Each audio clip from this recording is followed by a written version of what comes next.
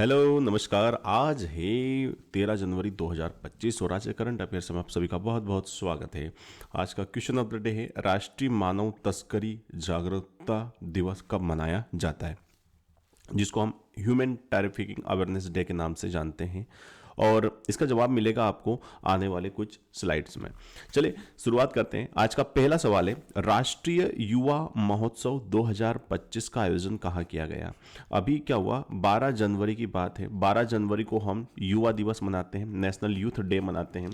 और इस दिन एक डे, इस डे को सेलिब्रेट करने के लिए एक बहुत बड़ा मेगा शो रखा गया था। पूरा मैं कहूँ कि एक प्रकार से उत्सव की तरह मनाया गया इसको, और ये इवेंट हुआ था नई दिल्ली में। ठीक है, तो दूसरा सवाल देखते हैं इसी में।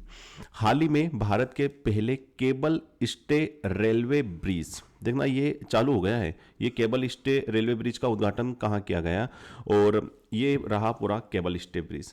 अब देखो, ये रेलवे का केबल स्टे ब्रिज है, एंड ये एक नदी होती है। इस देखो, एक तरफ यहाँ पर है, एक तरफ यहाँ पर है, और ये भारत का पहला केबल स्टे रेलवे ब्रिज है। तो इसका उद्घाटन हो चुका है, और ये कहाँ पर है, जम्मू एंड कश्मीर में है। भारत का पहला था ये। हाल ही में प्रधानमंत्री ने भारत के पहले green hydrogen hub, green hydrogen क्या होती है, मतलब हाइड्रोजन तो एक गैस है, आप सबको पता है, एंड ग्रीन हाइड्रोजन है इसमें भी, जो कि नेचर के लिए थोड़ी सी ठीक ठाक है। और इसका जो सरकार ने, अभी जो नरेंद्र मोदी जी हैं, उन्होंने इसका उद्घाटन किया है, और ये उद्घाटन किया है उन्होंने विशाखापट्टनम में। ठीक है, एक प्रकार का पूरा हब बनाया गया है, ग्रीन हाइड्रोजन हब। कहाँ पर, विशाखापट्टनम में। चलिए प्रस्थान करते हैं आज के चौथे सवाल की ओर। चौथा सवाल है, हाल ही में किस राज्य द्वारा बीमा सखी योजना शुरू की गई है। और बीमा सखी योजना शुरू करने वाला गोवा जो है, वो भारत का एक यूनिक राज्य बन चुका है। यहाँ पर क्या करेंगी, जो देखो इसमें क्या रहता है कि जो फीमेल के लिए स्पेशली ये योजना बनाई गई है। इसमें क्या रहेगा, महिलाएं घर घर जाकर लोगों के बीमा वगैरह करेगी, तो एक प्रकार का उनको एक रोजगार मुहैया करवाया जाएगा गोवा सरकार के द्वारा। चलिए आज का पांचवा सवाल देख रहे हैं हम लोग। हाल ही में किसने 15 मिनट डिलीवरी वाला एक ऐप लॉन्च किया है, जिसको बोलते हैं स्नैक ऐप, है ना, SNACC ऐप लॉन्च किया है। जिस प्रकार आप जानते हो ना, एक होता है ब्लिंकिट, होता है ब्लिंकिट दावा करता है कि we will deliver grocery in 10 minute, मतलब हम 10 मिनट में आपके घर पर ग्रोसरी को डिलीवर कर देंगे। तो जो ब्लिंकिट है ना, वो ब्लिंकिट तो किसका है, जोमेटो वालों का है। बट अब स्विगी ने भी अपना खुद का एक ऐप लॉन्च किया है, स्नैक ऐप, जो दावा करता है कि हम 15 मिनट में आपको हर प्रकार की जो भी ग्रोसरी वगैरह होगी, या इसके अलावा दूसरी जो कि आपकी बेसिक नीड होती है, डेली नीड्स की जो आइटम्स होते हैं, उनको हम आपको घर पे डिलीवर कर देंगे। तो स्विगी इज राइट ऑप्शन। देखो स्विगी और जोमेटो जो थे, इनकी शुरुआत जो हुई है वो फूड डिलीवरी ऐप की तरह हुई थी। क्या है ये, फूड डिलीवरी ऐप। होटल से खाना आप ऑर्डर कीजिए, आपके घर पर ये डिलीवर कर देते हैं। चलिए आज का छठा सवाल देख रहे हैं हम लोग।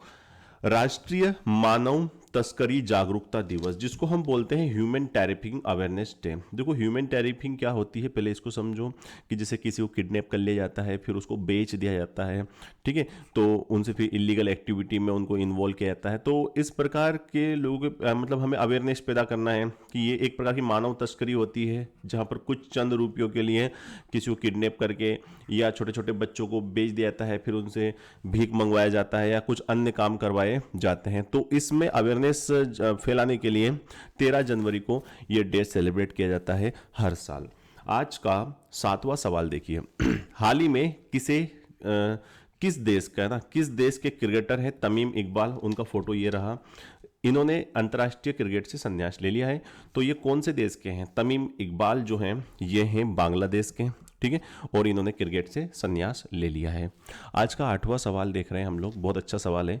प्रधानमंत्री मोदी किस देश में AI एक्शन समिट, AI तो आप समझ ही गए होंगे कि AI आर्टिफिशियल इंटेलिजेंस का एक समिट होने वाली है, एक सम्मेलन होने वाला है, और इसमें भाग लेने के लिए प्रधानमंत्री नरेंद्र मोदी फ्रांस जाएंगे।